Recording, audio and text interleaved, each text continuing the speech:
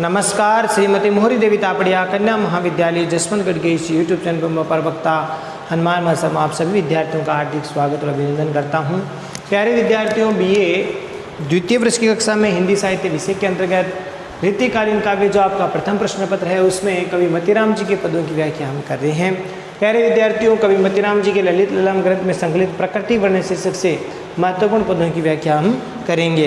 विगत वाले वीडियो में हमने इनके 3 दोहे जो है प्रकृति वर्णन शीर्षक से हमने लिए थे, इनका अर्थ ग्रहण हमने किया। तो आज हम आगे जो है 2 और पद है वो रह गए हैं, तो उनको हम लेते हैं। प्यारे विद्यार्थियों, ये जो पद है दोनों ही प्रकृति वर्णन है शीर्षक से हैं, तो इस पद को हम पढ़ते हैं पहले और इसके अर्थ को देखते हैं।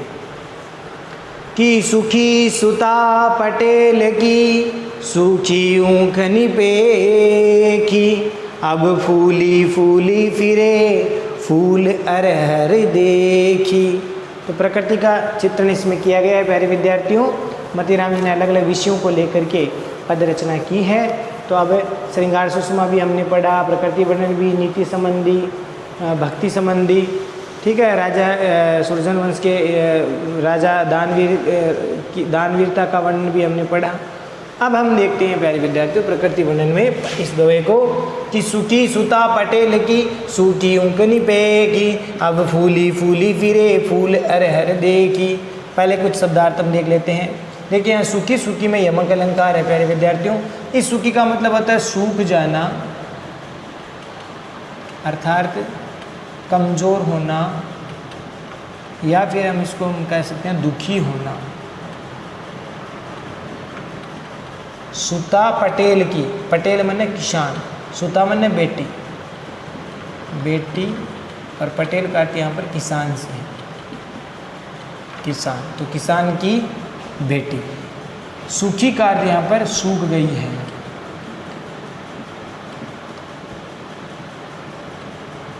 सूखी।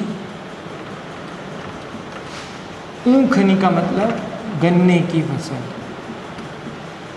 गन्ने की फसल। पेखी का अर्थ होता है देख कर, पेखी माने प्यारे विद्यार्थियों देख कर। अब फूली फूली फिरे, फूली फूली का मतलब होता है मुहावरा, फूली फूली होना, प्रसन्नता। फिरे माने घूम रही है, हो रही है।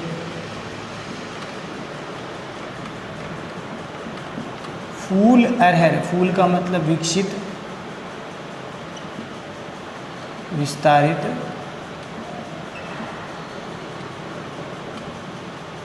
या पक्की हुई हम कह सकते हैं। अरहर का मतलब अरहर की फसल।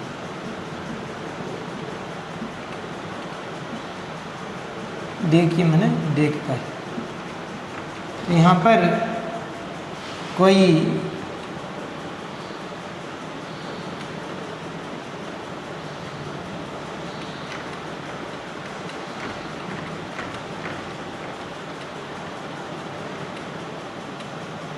किसान की बेटी है,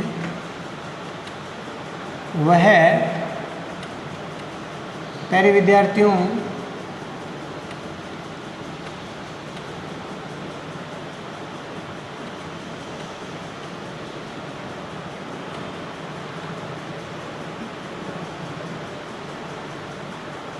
उसके खेत में खड़ी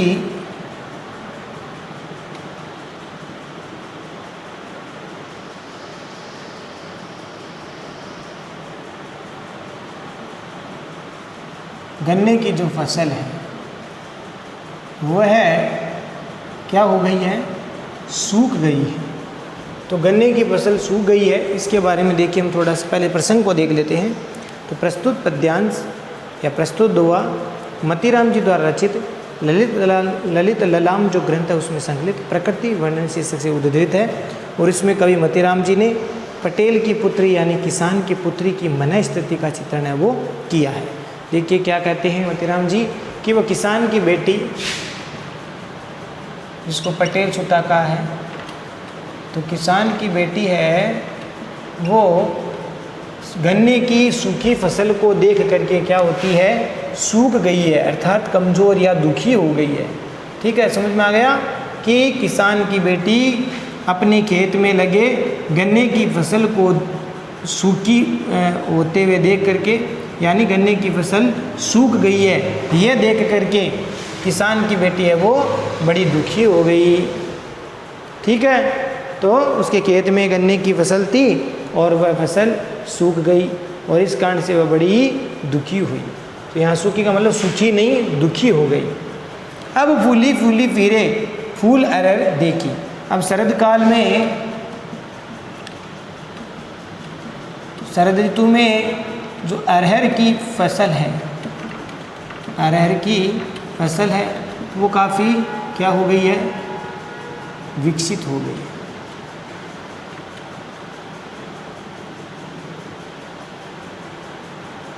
वो विकसित हो गई है अर्थात बहुत खिल गई है, पक गई है। तो अरहर की पकी हुई फसल को या विकसित फसल को देख करके अब किसान की बेटी है फूली फूली फिरे अर्थात प्रसन्नता से घूम रही है, अर्थात उसको बहुत खुशी हो गई है कि शरद ऋतु के कारण, शरद ऋतु में उसकी जो फसल है, अरहर की फसल है जो है बहुत अधिक विकसित हो गई है, पक गई है, खिल गई है। इस कारण से वह बड़ी प्रसन्नता उसको हो रही है, उससे खुशी का कोई ठिकाना नहीं रहा है। विशेष वाले पॉइंट में प्यारे विद्यार्थियों आपको लिखना है कि ऋतु परिवर्तन के कारण है जब फसलें पक जाती है, पकने लगती है तो किसान है वो बड़े प्रसन्न होते हैं। ऋतु परिवर्तन के कारण जब खेतों में फसलें पक जाती है तो उस कारण से किसान भी पकी हुई फसलों को देख करके बड़े प्रसन्नचित हो जाते हैं, खुश हो जाते हैं। और प्रकृति की शोभा का यहाँ पर अत्यधिक आकर्षक रूप से चित्रण किया गया है। अलंकारों की बात करें तो अनुप्रास तो है ही है। अनुप्रास में एक ही वर्ण की आवृत्ति होती है ना, जैसे यहाँ पर सुखी में सै सुता और सुखी, ठीक है, स आ रहे हैं, फ आ रहे हैं, फ आ रहे हैं, तो इस प्रकार से रह की आवृत्ति हो रही है। तो ये जो होते हैं वो अनुप्रास अलंकार हैं। और इसमें एक ही वर्ण बार बार आया है, एक ही अर्थ होता है उसको, तो पुनरुक्ति प्रकाश अलंकार है। जैसे फूली फूली शब्द में क्या हो गया, फूली फूली शब्द दो बार आ गया और दोनों का अर्थ एक ही अर्थ है, तो इसलिए वो क्या अलंकार हो गया, पुनरुक्ति प्रकाश। और साथ ही साथ यमक अलंकार है। यमक अलंकार किस में है, सूखी और सुखी, सूखी और सूखी। सूखी का अर्थ यहाँ पर सूख गई है, क्या सूख गई है, गन्ने की फसल, और इस सूखी का मतलब दुखी हो गई है, कमज़ोर हो गई है, सूख गई है, तो इस प्रकार से इसका अर्थ हो गया। तो यहाँ यमक अलंकार है। और दो अछंद है, भाषा, ब्रज भाषा का नाद सौंदर्य उचित है, ब्रज भाषा का सुंदर प्रयोग किया गया है, दो अछंद का शानदार प्रयोग है। इस प्रकार से आप लिख देना इसमें। अगला देखिए दो, ग्रीष्म ऋतु की दोपहरी चली बाल बन कुंज, अंग लपैती छन लुए मलय पवन के पुंज। इसमें कोई नायिका या नायिका है, वो ग्रीष्म ऋतु का वर्णन इसमें किया गया कि गर्मी की ऋतु है और ग्रीष्म ऋतु में गर्मी से बचने के लिए, गर्मी से बचने के लिए वो नायिका कहाँ जाती है, उपवन में, कुंज में जाती है, उपवन के कुंज में जाती है। और वहाँ पर देखिए क्या होता है आगे। अब हम इसका पहले हम इसका जो है प्रसंग देख लेते हैं। प्रस्तुत पद्यांश कवि मतीराम जी द्वारा रचित ललित ललाम ग्रंथ के प्रकृति वर्णन शीर्षक से उद्धृत है। और इसमें कोई नायिका है या कोई स्त्री है, वो ग्रीष्म ऋतु की दोपहरी में किस प्रकार से दुखी होती है, या ग्रीष्म ऋतु की दोपहरी का यहाँ पर सुंदर चित्रण है वो किया गया है। तो वर्णन यहाँ शब्दार्थ, ग्रीष्म ऋतु की दोपहरी में, दोपहर को, दोपहर में चली बाल, बाल का मतलब बाला या युवती, वन कुंज मने उपवन के कुंज, उपवन में, उपवन के कुंज में। कुंज आप जानते हैं प्यारे विद्यार्थियों, जो पेड़ पौधों से आच्छादित क्षेत्र होता है और इतना आच्छादित होता है कि नीचे सूर्य का प्रकाश भी बहुत ही कम पड़ता है या नहीं पड़ता। तो ऐसा आच्छादित जो क्षेत्र होता है, ऐसा वनों में, उपवन में, बगीचे में ऐसा देखने को मिलता है, जहाँ चारों ओर ऐसी लताएं, ऊपर से पेड़ पौधे इस प्रकार से छाए हुए रहते हैं कि सूर्य की जो किरणें हैं वो धरती तक भी, यहाँ तक अंदर वो पहुँच नहीं पाती। तो ऐसे भाग को कुंज कहा जाता है। तो हम कृष्ण की लीलाओं को पढ़ते हैं तो कुंज गलियाँ आता है शब्द। तो इसी प्रकार से चली बाल बन पतंग, कुंज बन कुंज, ठीक है। और अंग, अंग माने शरीर, शरीर के अंग हैं। लपई का मतलब लथपथ, किससे लथपथ? पसीने से, गर्मी के कारण पसीने से लथपथ।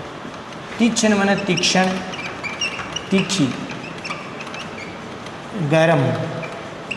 लुई माने लू, गरम हवा। मलय का मतलब मलयाचल, मलय पर्वत की जहाँ पर चंदन के पेड़ हैं वहाँ पवन माने हवा के पुंज। पुंज का मतलब यहाँ पुंज माने समूह से भी होता है। पुंज का अर्थ क्या होता है? समूह है। और यहाँ पर समूह से हम कह सकते हैं सुगंधित हवा का झोंका यहाँ से आता है। तो इस प्रकार से पुंज का अर्थ यहाँ पर समूह से या सुगंधित जो हवा है वो आती है। युक्त। अब देखते हैं इसका अर्थ। तो कवि मोतीराम जी कहते हैं प्यारे विद्यार्थियों कि कवि यहाँ पर कह रहे हैं कि ग्रीष्म ऋतु की जो दोपहरी है, ग्रीष्म ऋतु की दोपहर यानी ग्रीष्म ऋतु की दोपहर में जो तेज हवा चल रही है, गरम जो लू चल रही है, लू तो गर्म ही है, तो जो लू चलने वाली जो तीक्ष्ण लू है उससे युवती के जो अंग है, शरीर के अंग है, वो पसीने से लथपथ हो जाते हैं, ठीक है ना। अंग लपई तीक्ष्ण लुए, माने तीक्ष्ण लुओं से उसके शरीर के अंग है वो पसीने से लथपथ हो जाते हैं। और उस समय वह नायिका या जो युवती है वो उस ग्रीष्म ऋतु की दोपहरी में अपने आप को ग्रीष्म से बचाने के लिए वो कहाँ जाती है? चली बाल बन कुंज। यहाँ आगे पंक्तियों का थोड़ा पहले अर्थ लेना पड़ेगा, ठीक है ना। ग्रीष्म ऋतु की दोपहर में चलने वाली जो तीक्ष्ण लू है उससे नायिका के अंग है या शरीर है वो पसीने से लथपथ हो जाते हैं। और इससे नायिका बचने के लिए क्या करती है, या गर्मी की इस दोपहरी को बिताने के लिए नायिका कहाँ जाती है कि चली बाल बन कुंज, यानी उपवन के कुंज में चली जाती है। और उसे वहाँ क्या मिलता है? मलय पवन के पुंज, यानी मलयाचल, मलय पर्वत से उठ आने वाली जो शीतल हवा है वह उसको, उस हवा के झोंके उसको मिलते हैं, उससे राहत मिलती है। मलयाचल में कहा जाता है कि वहाँ पर चंदन के वृक्ष है, तो उस चंदन के वृक्षों से चलने वाली, उस पहाड़ से चलने वाली हवा वो शीतल हो जाती है। ऐसी शीतल हवा से, सुगंधित हवा से वह उसको राहत मिलती है, उसको शीतलता मिलती है। तो इस प्रकार से वह कुंज गली में जाती है, उपवन के कुंजों में चली जाती है और वहाँ से मलयाचल की शीतल ठंडी जो हवा है, सुगंधित हवा, उसके झोंकों से उसको राहत मिलती है। विशेष वाले पॉइंट में आपको लिखना है ग्रीष्म ऋतु की तीक्ष्णता का वर्णन किया गया है और नायिका की अंगों की सुकुमारिता, किस प्रकार से नायिका के अंग सुकोमल है उसका स्वाभाविक चित्रण किया गया है। अनुप्रास अलंकार का प्रयोग इसमें भी किया गया है और विरोधाभास अलंकार का प्रयोग इसमें किया गया है। एक तरफ गर्मी की ऋतु लू है, दूसरी तरफ मलयाचल की ठंडी हवा है, तो विरोध का सा भाव है, तो विरोधाभास अलंकार है। दो छंद हैं और ब्रज भाषा है प्यारे विद्यार्थियों। तो ये हुआ विशेष में आपको ऐसे लिखना है। तो आशा करता हूँ आपको समझ में आ गया होगा। ये दो ही पद थे वो हमने कर दिए हैं। अब हम आगे के कवि वृंद जी को लेंगे। तो आज के लिए बस इतना ही। इसको आप ठीक प्रकार से समझ में आ गया होगा, आपको ऐसा मेरी आशा है, उम्मीद है कि आपको ये दोहे समझ में आ गए होंगे। तो प्यारे विद्यार्थियों आज के लिए बस इतना ही। अगले वीडियो में पुनः उपस्थित होंगे। आगे के कवि वृंद जी की रचना, वृंद जी के जो दोहे हैं बहुत सुंदर सुंदर उनकी रचनाएं हैं, नीति संबंधी सभी प्रकार के विषयों को लेकर के, तो उनको लेकर के हाजिर होंगे। तब तक के लिए आप इन दोनों को ठीक प्रकार से पढ़ें, समझें, अर्थ ग्रहण करें और नोट्स बनाकर याद भी करें। चैनल को लाइक, शेयर और सब्सक्राइब करना ना भूलें। जय भारत, जय हिंदी। धन्यवाद विद्यार्थियों।